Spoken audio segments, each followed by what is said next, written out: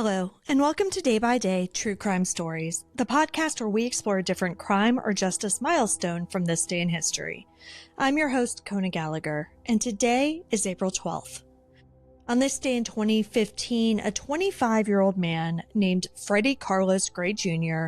was arrested by the Baltimore police. What started as a seemingly routine stop would set off a chain of events that changed the city and the country forever. Within a week, Freddie Gray would be dead from injuries sustained while in police custody. And his death would become a flashpoint, igniting protests and a national reckoning around issues of police brutality and systemic injustice. Today, we're going to talk about the details of Freddie Gray's arrest, the investigation that followed, and the far-reaching consequences that still echo nearly a decade later. Let's get started.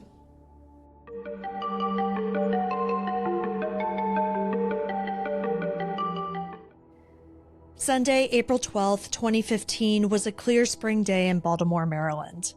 In the Sandtown Winchester neighborhood, 25-year-old Freddie Gray was standing near the Gilmore Homes housing project. Now, this was a community that was long marked by poverty, heavy policing, and deep mistrust between residents and law enforcement. That morning, everything was quiet, though, until it wasn't. At around 8:39 a.m., 3 officers from the Baltimore Police Department, Lieutenant Brian Rice and officers Garrett Miller and Edward Nero, were out on bicycle patrol when they spotted Freddie Gray and another man nearby. According to official accounts, they made eye contact with Gray and he ran. Why did he run? Well, no one really knows for sure because he wasn't committing a crime and he hadn't yet been approached. Some believe it was fear rooted in the lived experience of being a young black man in a city where encounters with police often turned violent. But whatever the reason, that moment, his simple decision to run, set off a chain of events that would prove to be irreversible.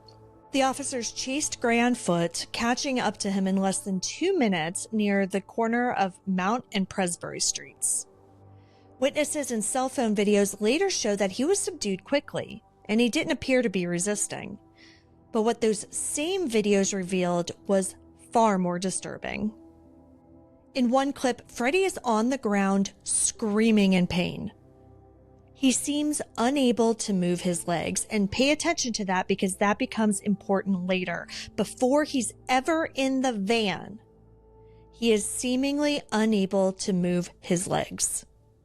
Officers lift him, his feet dragging behind him, and carry him toward a police transport van.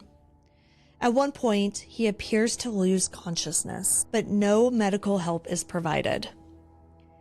Afterward, police claimed that they recovered a knife from Gray's pants pockets, a knife that they described as a switchblade, which would be illegal under city law. But legal experts quickly disputed that claim. The knife, it turned out, was perfectly legal under both city and state statutes. It wasn't a switchblade at all. It was a folding pocket knife, the same kind that many of you probably have in your back pocket right now. Therefore, the arrest itself, many argued, had no legal basis whatsoever. But even if the arrest was questionable, it was what happened next that truly shocked everyone. Freddie Gray was loaded into the back of a police van, clearly in distress.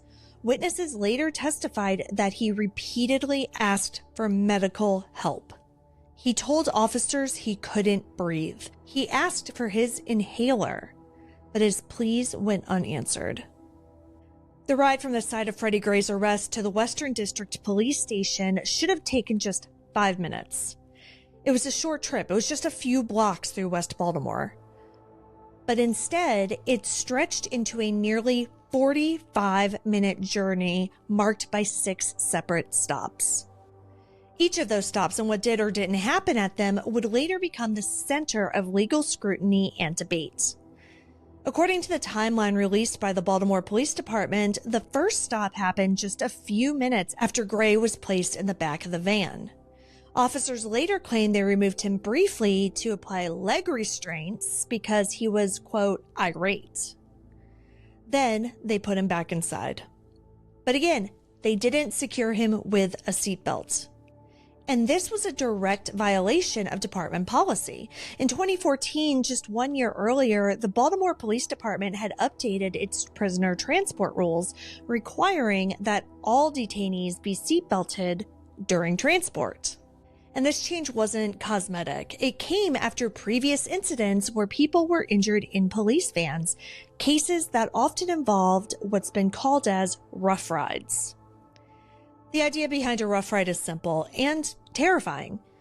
Leave a person unrestrained in the back of a metal van, and even small turns or stops can send them slamming into hard surfaces.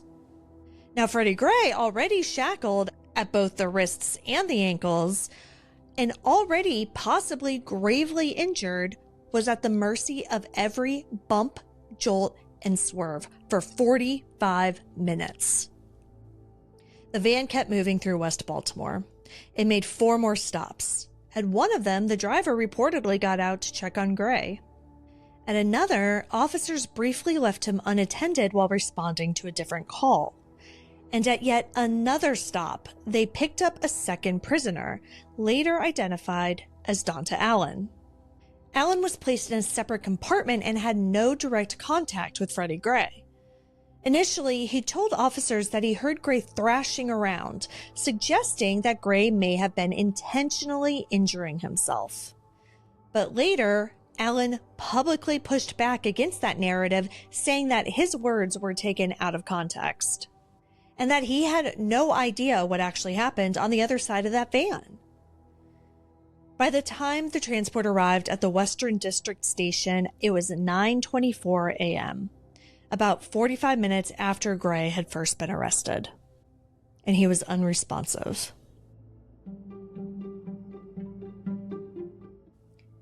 Paramedics were called, and Gray was rushed to the R. Adams Cowley Shock Trauma Center, one of the top trauma hospitals in the region.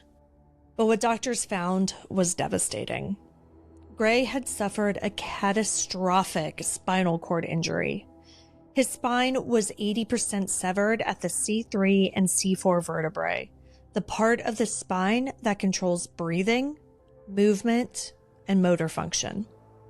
He'd also sustained a crushed larynx, which may have made it impossible for him to cry out during the ride. Despite emergency surgery, Freddie Gray never regained consciousness. He was placed on life support, and his condition remained critical for the next week. Then, on April 19th, 2015, exactly 1 week after his arrest, Freddie Gray was pronounced dead. Later, the Baltimore City Medical Examiner ruled his death a homicide. The cause? A fatal spine injury sustained while in police custody. The report pointed at 2 key failures. First, Gray hadn't been secured with a seatbelt in the back of the van, which was, as I mentioned before, a direct violation of department policy. And second, officers had ignored his repeated cries for medical help. That official ruling changed everything. It opened the door to criminal charges against the officers involved. But it also set off a wave of grief, outrage, and civil unrest that Baltimore hadn't seen in decades. In the hours after Freddie Gray's passing on April 19, 2015, people began to gather in the streets of West Baltimore. The first protests were peaceful. Residents stood outside police headquarters holding signs that read, "Justice for Freddie." They chanted his name and they demanded answers. But the anger ran deeper than just this one case. For many, this was about far more than Freddie Gray. It was about years, even decades, of frustration, of police misconduct, of systemic neglect, of broken promises from those in power. For the next several days, protests grew, both in size and urgency. But still, most remained peaceful. Local clergy, civil rights leaders, community organizers, and everyday residents joined together in demanding justice. They called for transparency from the Baltimore Police Department and accountability for the officers involved. Soon, the eyes of the country were watching. Other cities held solidarity marches. The national media began picking up the story. The calls for justice were spreading. But on April 25th, the atmosphere shifted. That Saturday afternoon, after a downtown protest, tensions flared. Skirmishes broke out, bottles were thrown, storefronts were vandalized, and police moved in with riot gear. Dozens were arrested. By the next evening, the city was bracing itself for what might come next.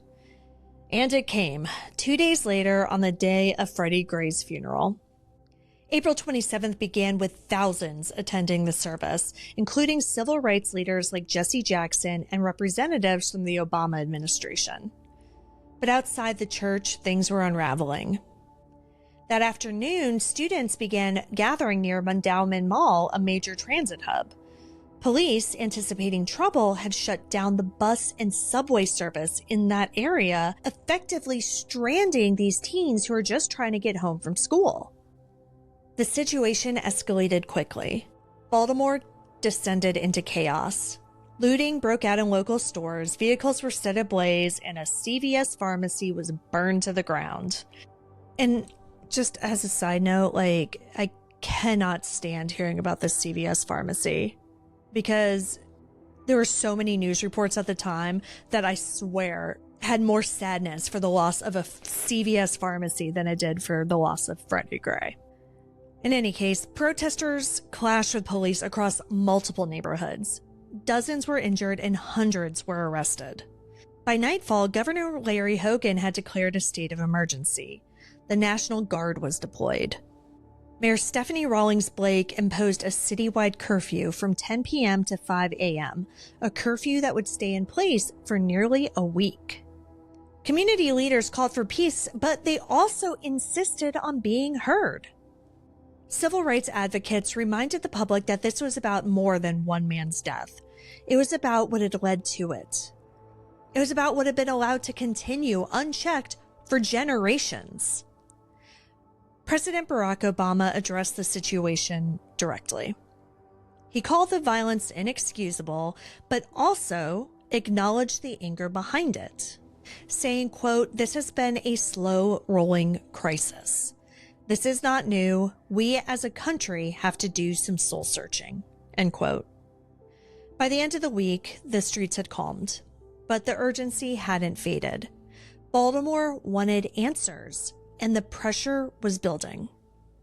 As the protests continued and national attention intensified, the calls for accountability could no longer be ignored. City leaders promised a full investigation, and on May 1st, 2015, just 2 weeks after Freddie Gray's death, Baltimore State's Attorney Marilyn Mosby stepped in front of the cameras and made an announcement that stunned the city. In a bold, emotional press conference, Mosby revealed that all 6 officers involved in Gray's arrest and transport would face criminal charges. The officers were Officer Cesar Goodson Jr., the driver of the police van, Officer William Porter, who had checked on Gray during one of the stops, Lieutenant Brian Rice, who initiated the chase, Sergeant Alicia White, who examined Gray at the station, Officer Edward Nero, and Officer Garrett Miller, who helped arrest Gray. The charges were sweeping. They ranged from misconduct in office to second-degree depraved heart murder, the most serious charge which was filed against Officer Goodson.